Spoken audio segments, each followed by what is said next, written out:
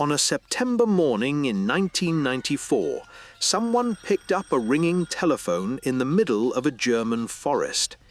They never finished the call. Neither did anyone else in the town around them.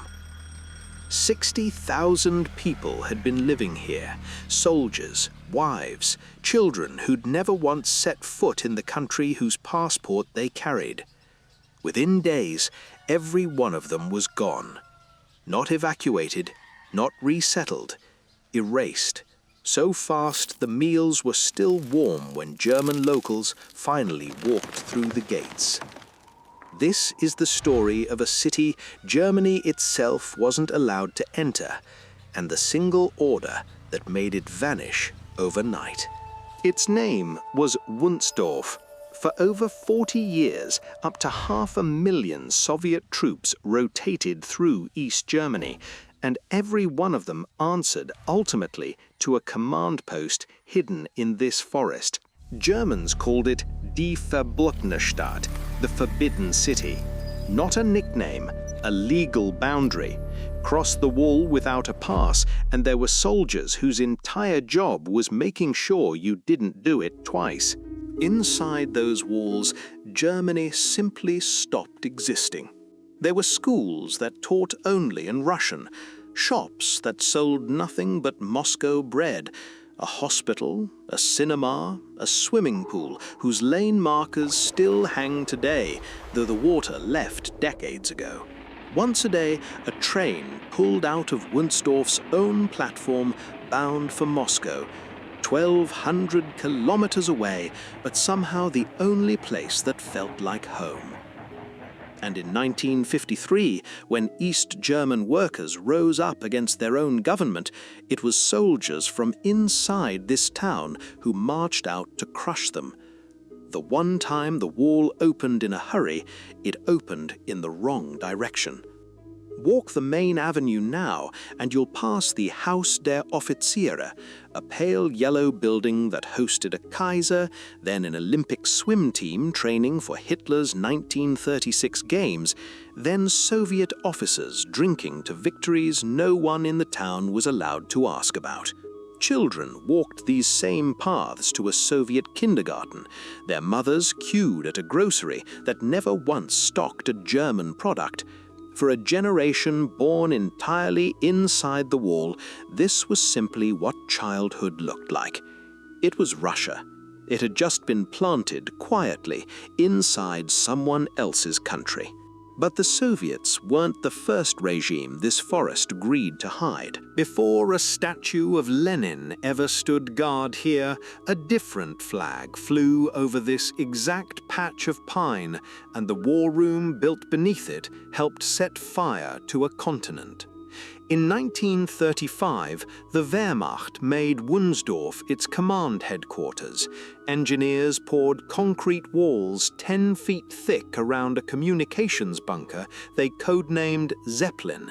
From rooms with no windows, the orders went out for the invasion of Poland, the opening move of the Second World War. 2 decades earlier, the same ground had built something almost impossible to picture standing beside it later, Germany's first mosque, raised in 1915 for Muslim prisoners of war. It lasted less than a decade before it was quietly torn down. Descend into Maybach I today, and the temperature drops before the light does.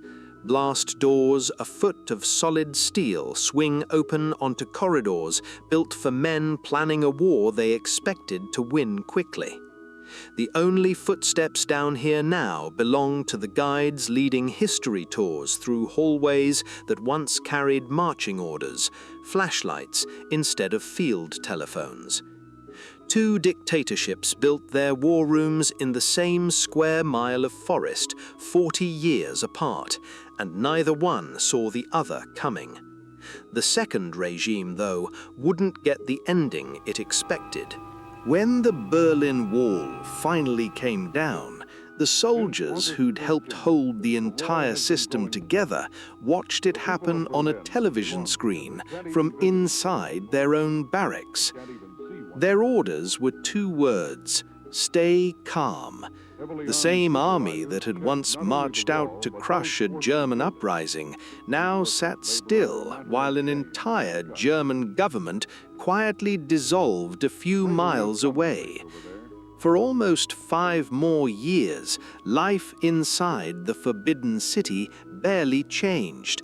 Classes still ran in Russian, the train still left for Moscow. A routine held out of sheer habit inside a country that had already quietly decided they were leaving. They kept living exactly as they had, inside a country that had already quietly decided they were leaving. Then, in the late summer of 1994, the order finally came, and there was nothing gradual about it. In one canteen, a plate of food sat exactly where it had been set down. No one ever came back to finish it. The withdrawal order gave some families as little as 12 hours' notice. Pack what you can carry, leave everything else. You can still see it in the buildings nobody cleared out. A telephone switchboard frozen mid-connection. Photographs still pinned above a bed. A child's shoe left by a doorway. Werner Lessy was mayor of the neighboring town when the Russians left. He remembers walking into barracks that had been sealed to Germans for 4 decades and finding a family's last meal abandoned mid-bite. A city that had taken 41 years to wall itself off came down in less time than it takes to pack a suitcase.